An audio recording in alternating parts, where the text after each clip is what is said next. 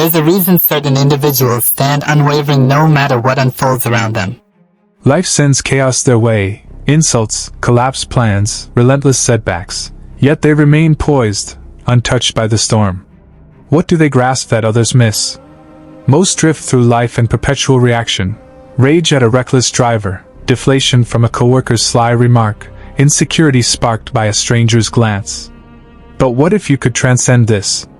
What if no person, circumstance, or external force could disrupt your peace?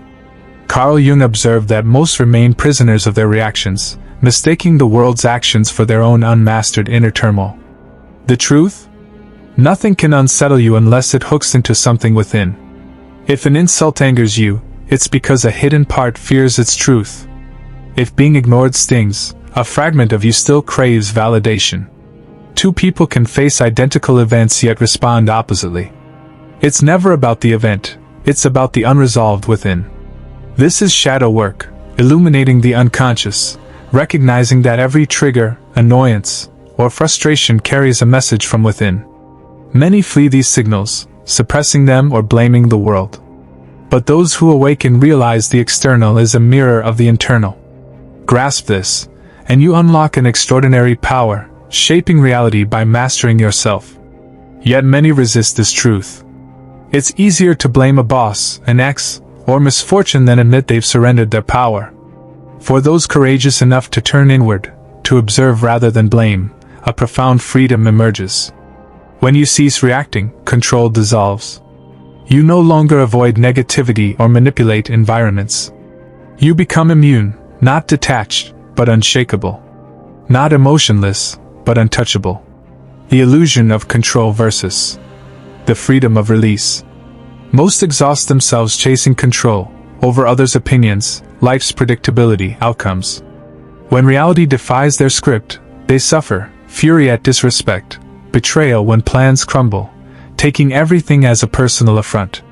Yet truth whispers, control is an illusion. Only perception lies within your grasp.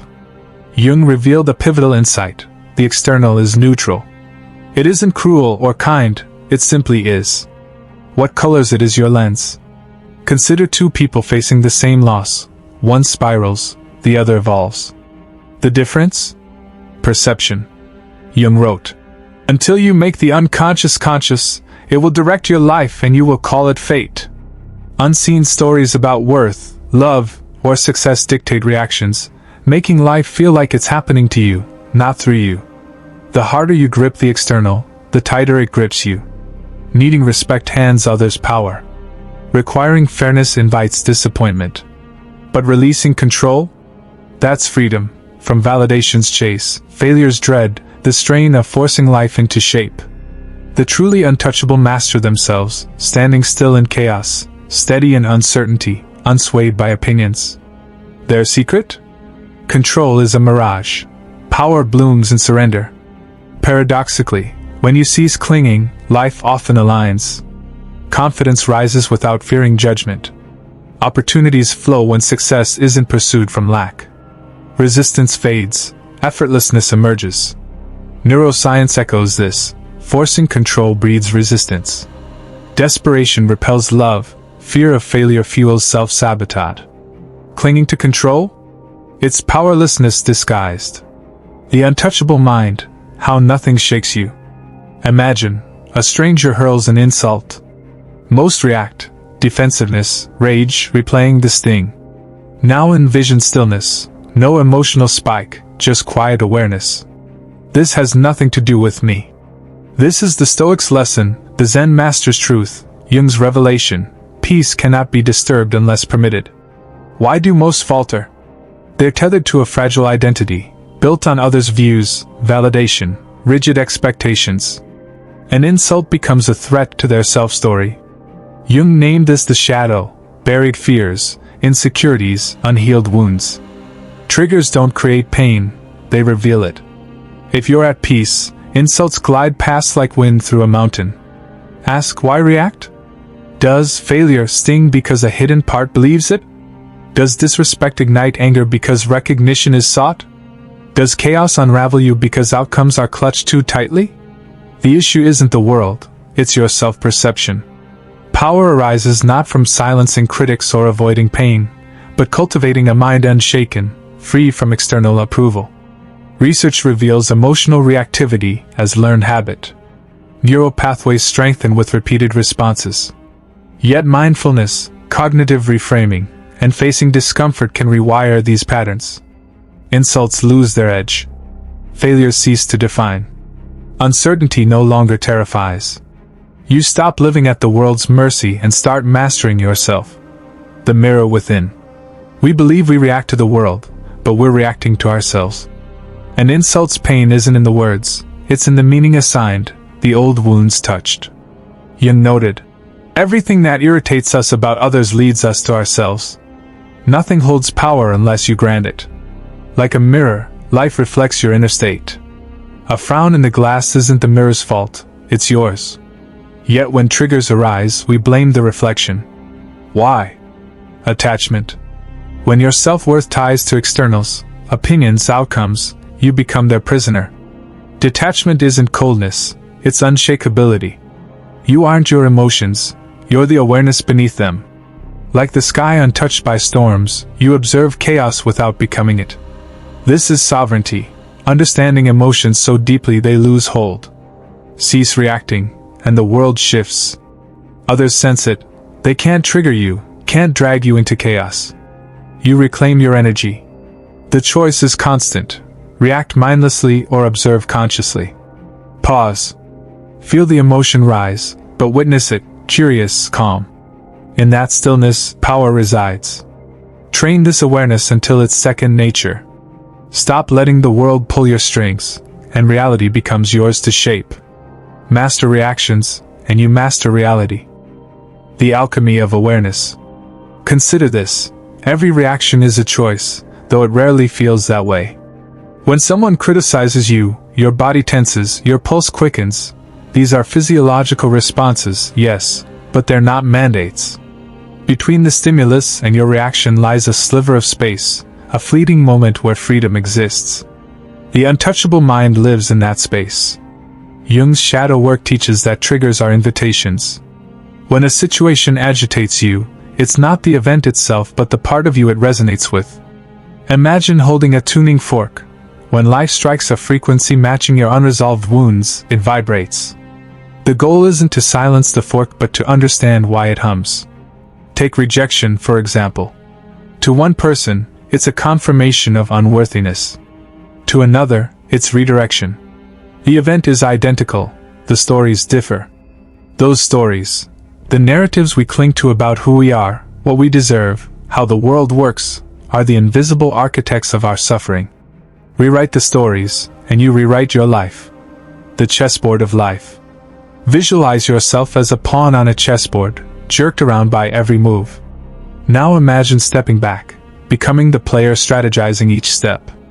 Further still, become the observer watching the entire game, untouched by its twists. This is the essence of emotional sovereignty. Detachment isn't indifference. It's recognizing you are not the game but the consciousness witnessing it. Most people live as pawns, reacting to every check and threat. But mastery comes when you realize the board itself is neutral. The power isn't in controlling the pieces but in mastering your relationship to them. A grandmaster doesn't rage when a pawn is lost, they adapt. Similarly, life's setbacks aren't personal defeats. They're data points guiding your next move. Rewiring the reactive mind. Neuroscience reveals that emotional reactions are circuits etched into the brain through repetition. Each time you spiral into anger or insecurity, you deepen those grooves. But neuroplasticity offers hope. You can carve new pathways. Start small. When irritation arises, pause. Breathe. Ask, what part of me is activated here? This isn't bypassing emotion, it's meeting it with curiosity. Over time, the brain learns that the trigger, a rude comment, a missed opportunity, doesn't require the same old script. You might still feel the emotion, but it no longer hijacks you. It becomes a wave you observe, not one that drowns you. The unshakable paradox. Here's the paradox those who master themselves uncover. The less you need the world to be a certain way, the more it aligns with your peace. When you stop demanding respect, others often grant it freely. When you release the need for outcomes, opportunities arise effortlessly. It's not magic, it's physics. Resistance creates friction, surrender allows flow. Think of a river. Fight the current, and you'll exhaust yourself. Flow with it, and it carries you. The untouchable mind doesn't battle life's currents. It navigates them with grace, trusting that even rapids have purpose. The practice of presence. Becoming unshakable isn't a destination, it's a daily practice. Start with micro moments. When criticized, notice the urge to defend. Pause. Ask, is this true? If so, what can I learn? If not, why does it sting? When plans crumble, observe the frustration. Breathe.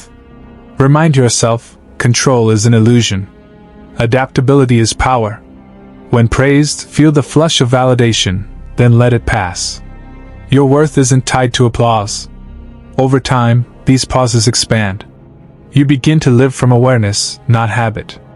People, words, and events lose their grip because you've stopped handing them the reins. The final mirror. Life will always test you. Chaos will come. People will misunderstand, betray, or provoke. But when you stop seeing these as attacks and start seeing them as reflections, everything changes. The rude stranger mirrors your patience. The collapsing plan mirrors your adaptability. The critic mirrors your self-assurance. In the end, the untouchable mind isn't built on armor but on clarity. You see the world as it is, neutral, ever-changing, impersonal, and yourself as the constant. Not a victim of storms, but the eye within them. Jung once wrote, "Who looks outside dreams, who looks inside awakes." Awakening isn't a mystical state, it's the simple, profound act of reclaiming your reactions.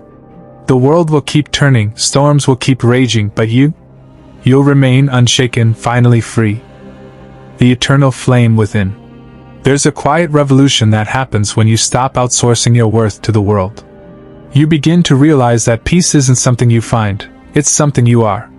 The untouchable mind isn't a fortress built against life, it's a flame that burns steadily, unaffected by the winds of circumstance. Think of the last time you felt truly at peace. It wasn't when everything was perfect, it was when you stopped demanding perfection. When you stopped arguing with reality and instead met it with openness. This is the subtle shift from resistance to acceptance, from chaos to clarity. The myth of enough. Many believe they'll finally feel secure once they achieve a certain status, income, or relationship. But untouchability isn't a future state, it's a present moment choice. The mind conditioned to chase more will never feel safe, because safety isn't a condition of the external world.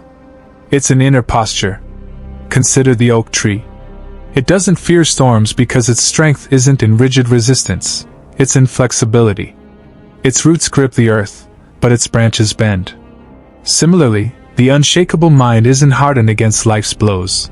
It's resilient because it knows how to yield without breaking.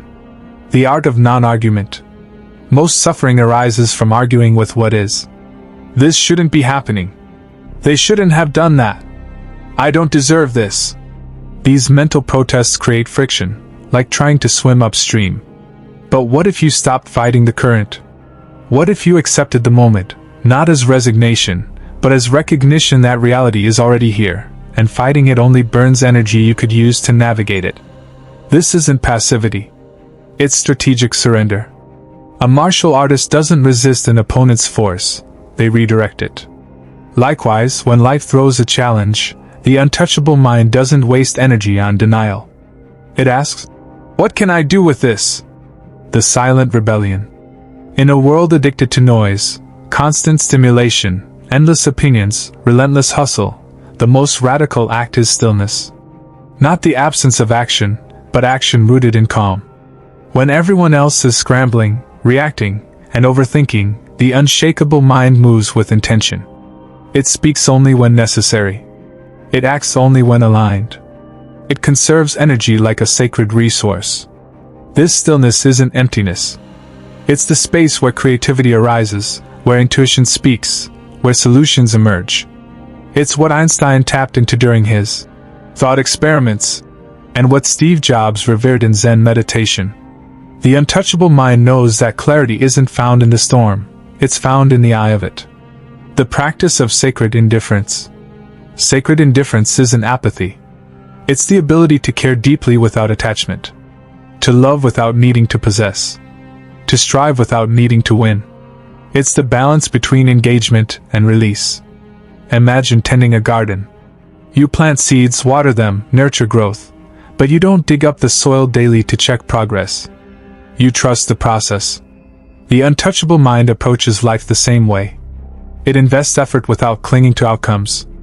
It understands that while you control actions, you surrender results. The invitation in every crisis. Every breakdown is a potential breakthrough. Every loss carries the seed of a new beginning. The untouchable mind doesn't avoid pain, it alchemizes it. When hardship strikes, it asks, "What is this here to teach me? Where have I been out of alignment? What old version of myself is being shed?" A forest fire destroys, but it also clears space for new growth. Similarly, life's crises often incinerate illusions, leaving behind raw truth. The choice is simple: resent the fire or rise from the ashes. The legacy of the untouchable. History's most enduring figures, those who shifted cultures, inspired movements, or quietly transformed lives, weren't free from suffering. They were free from identification with suffering. Mandela endured prison but refused to let it define him. Helen Keller transcended physical limits by reimagining her relationship to them. Their power wasn't in avoiding darkness, it was in becoming light. You don't need a grand platform to live this way. The untouchable mind thrives in ordinary moments. Staying calm when your child throws a tantrum. Smiling at a stranger's rudeness. Working diligently on a project without obsessing over recognition. In these moments, you're not just practicing resilience, you're rewriting humanity's story. You're proving that peace is possible, not by changing the world, but by changing your experience of it. The final truth. The world will never stop testing you. People will misunderstand. Plans will fail. Hearts will break. But none of this has to break you. The untouchable mind isn't a superhuman feat, it's your birthright. You were never meant to be a leaf tossed by the wind. You are the tree, rooted in something deeper. As Rumi wrote, "You are not a drop in the ocean. You are the entire ocean in a drop." When you stop seeking validation, control, or certainty, you tap into that oceanic vastness within. You realize that nothing outside you can ever truly threaten your essence. So let the world rage. Let opinions clash. Let chaos swirl.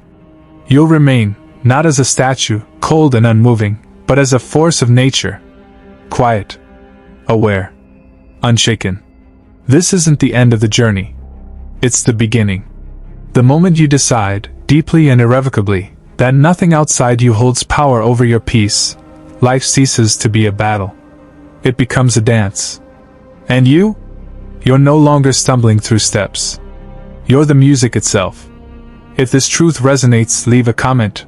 I am the storm and the stillness. For those ready to live this truth, stay connected. The path goes deeper. Press like, subscribe, and remember, the greatest adventure isn't out there. It's in here. Until next time.